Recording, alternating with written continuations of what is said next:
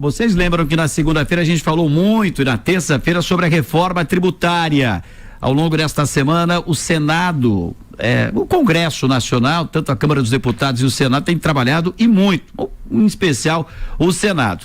E a Câmara dos Deputados, inclusive, aprovou ontem o texto base do projeto de lei que prevê a isenção do imposto de renda para pessoas físicas com renda mensal de até R$ 5.000 e desconto para quem ganha até R$ 7.350 reais mensais. Essa proposta foi encaminhada pelo governo federal, terá ainda de ser aprovada pelo Senado e depois sancionada pelo presidente Lula para entrar em vigor em 2026. É só um motivo para a gente trazê-lo aqui no nosso Jornal da Cidade, e que bom que está aqui para conversar sobre isso, assunto importante. O Ivan, inclusive, hoje, nosso Ivan Rezer, hoje me ligava: olha, hoje vamos ter convidado aí importantíssimo, não pode ser diferente.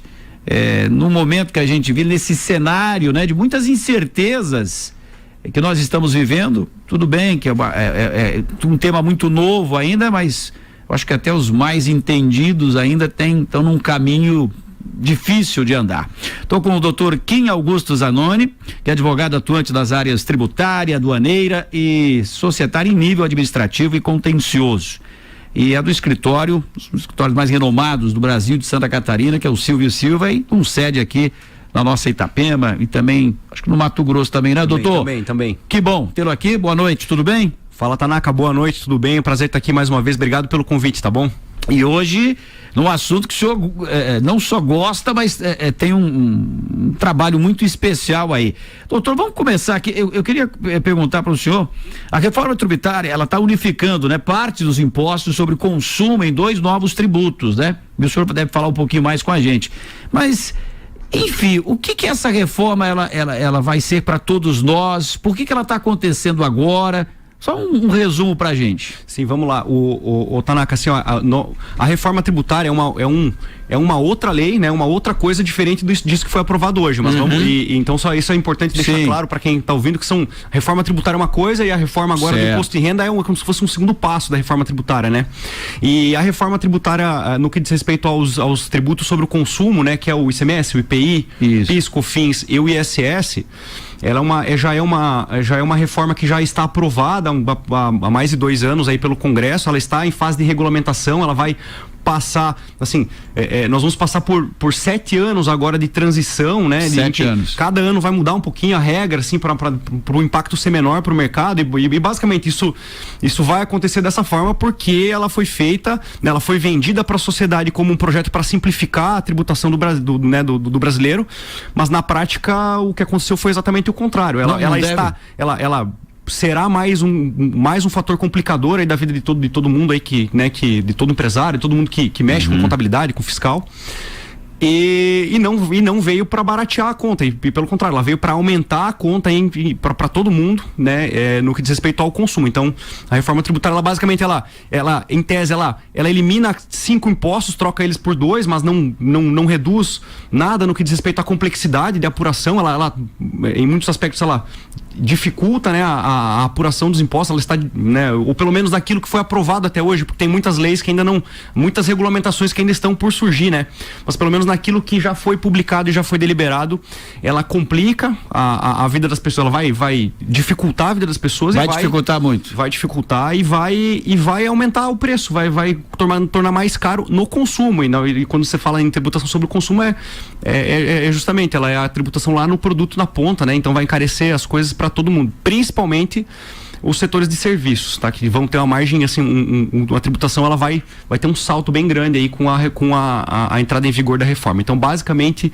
esses são os pontos relevantes, assim, da reforma, assim, em linhas gerais. E para nós aqui que temos muitos serviços, impacta em muito, isso, né? Para nós aqui na nossa região Itapema, Balneário, assim, Itajaí, principalmente aqui o setor da construção civil será bastante impactado, porque o setor da construção civil na tributação atual, ele é tido como um setor estratégico do país, né? E por isso ele foi até hoje, teve uma tributação um pouco mais reduzida dos demais setores, e com a reforma tributária essa tributação ela vai saltar, assim, expressivamente para o setor da construção civil. Então, sim, impacta negativamente aqui para nós, né, aumenta o custo, aumenta o preço das coisas. Então, o impacto da reforma tributária ele será, assim, na prática, difícil, vai dificultar um pouco a nossa vida aqui, especialmente quem vive da construção aqui na nossa região, tá? O que é que a gente pode esperar, por exemplo, da nossa classe política aqui para amenizar isso aí? Quais são as alternativas? Eu vejo agora a questão do imposto, e aí a gente entra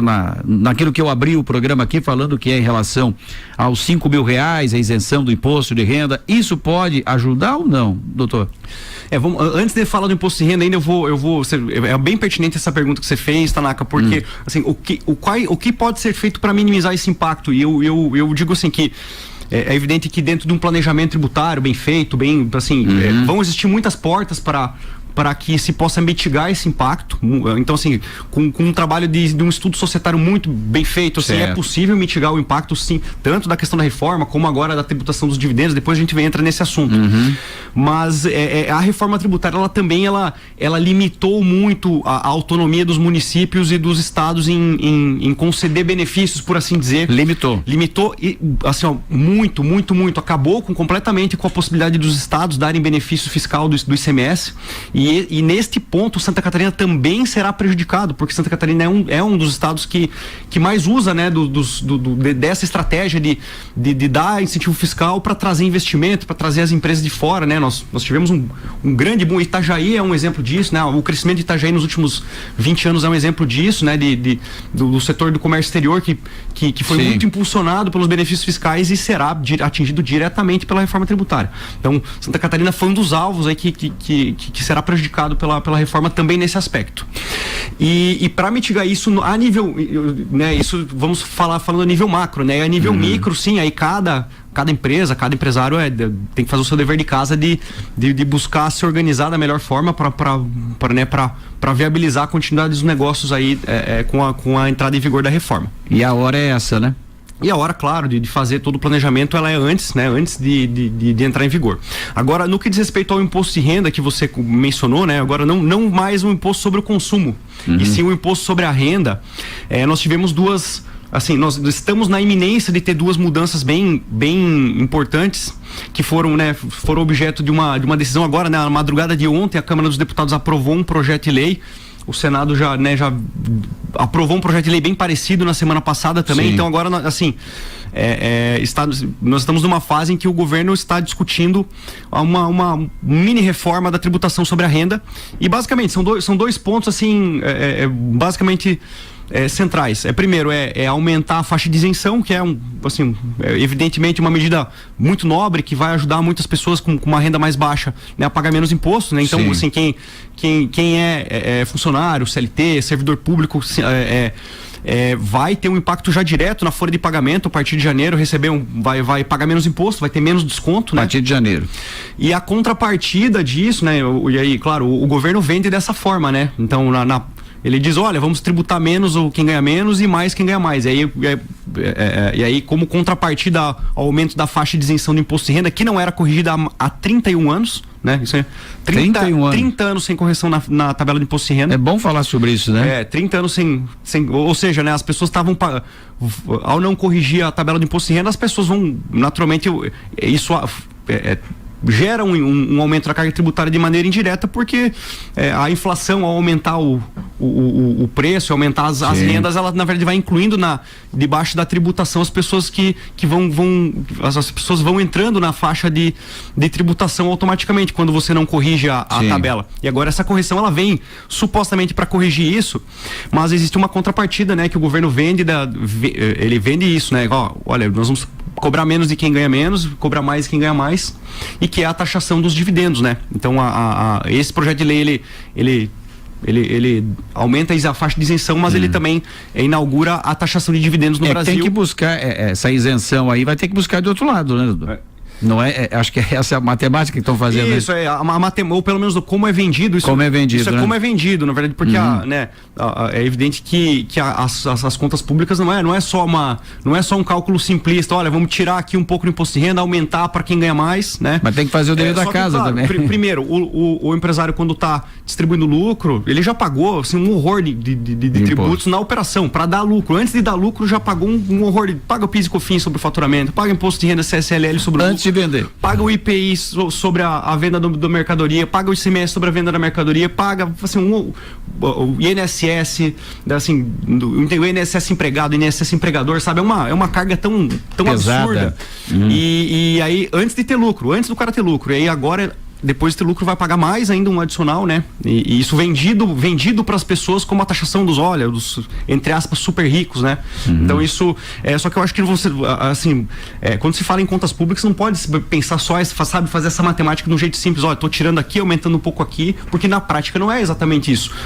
O mesmo governo que está vendendo isso dessa maneira, aprovou aí de ontem para hoje também, o aumento do fundo eleitoral, né? De 1 bilhão para 5 bilhões.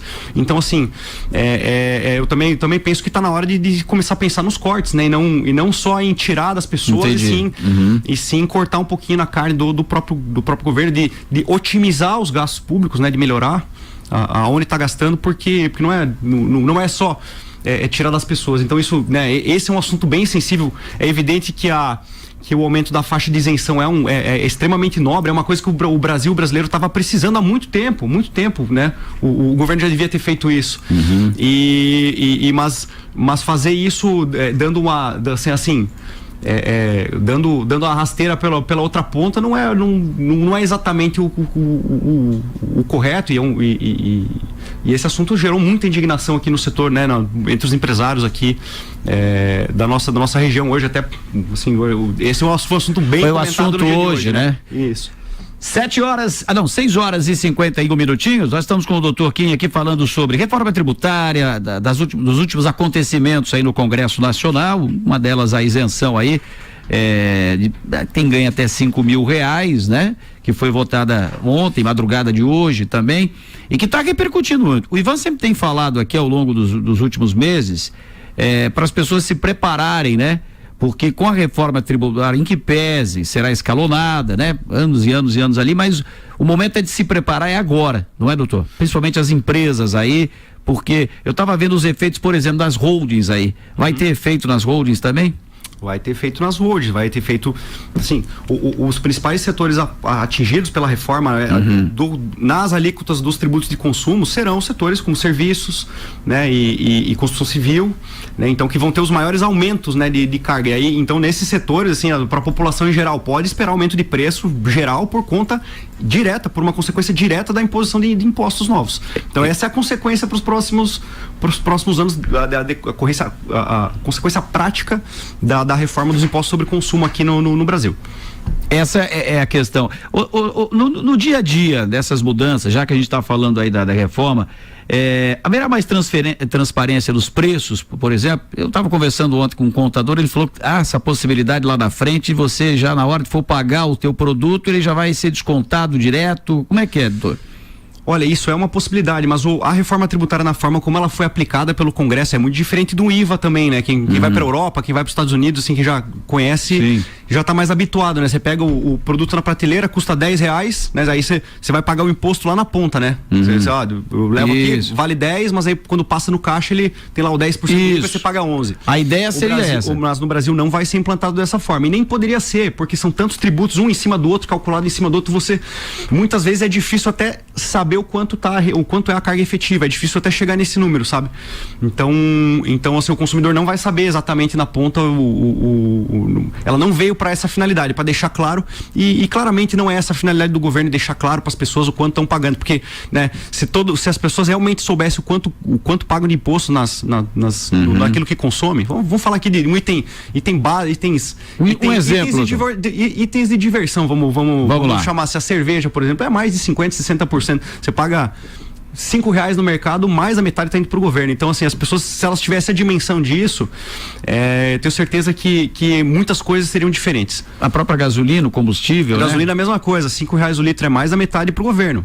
Mais da metade para o governo. Toda a cadeia, todo mundo que produz, que tirou o petróleo lá, que refinou, que distribuição, transporte, motorista, até chegar o frentista, o cara do posto, até chegar na ponta, custa menos do que o custo do governo no valor da bomba no final. Então, realmente as pessoas não têm noção disso, e se tivesse, eu tenho certeza que a nossa sociedade, de alguma forma, já teria enfrentado isso. Doutora, o senhor vai voltar mais vezes aqui com a gente? Eu sei que o assunto é muito importante, né? Nós estamos aí nesse nessa tramitação ainda, né? Óbvio que vai ter muitas discussões até, né? A efetividade mesmo. Isso é um ponto até interessante que você tocou agora, Tanaka, até para esclarecer aqui para quem está nos ouvindo, que assim, esta isenção do imposto de renda ela não está aprovada ainda, né? Então agora existe um caminho ainda para ser percorrido, né? Que é agora esse projeto vai para votação no Senado, né? Que pode alterar ou não a redação. Se alterar, volta para a Câmara. Se passar sem alterações, aí vai direto para o presidente da República para sancionar. Tá, mas pela votação que foi unânime ontem, 400, pelo que eu me lembro, acho que você salvo engano, 493 votos a 0.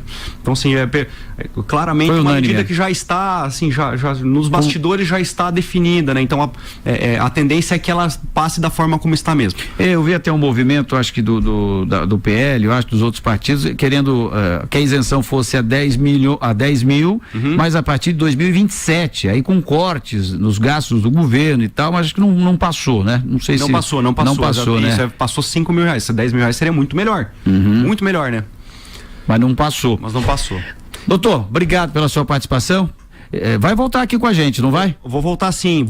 E para quem, né? E aí só para fechar aqui, para quem vai ser atingido aí por essa taxação dos dividendos, importantíssimo se planejar, tem mecanismos, tem ferramentas para não ser atingido, e o principal é se planejar com antecedência, com inteligência, que dá para minimizar esse impacto, tá bom? Obrigado pelo convite, tá, Tanaka? Imagina, isso é importante o doutor falar.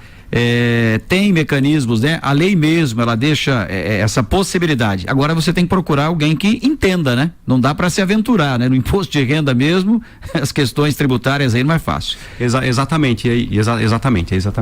Obrigado, doutor. Doutor Kim, manda um abraço lá pro doutor Celso, doutora Cássia também. Vou mandar, acho que ele deve estar ouvindo agora.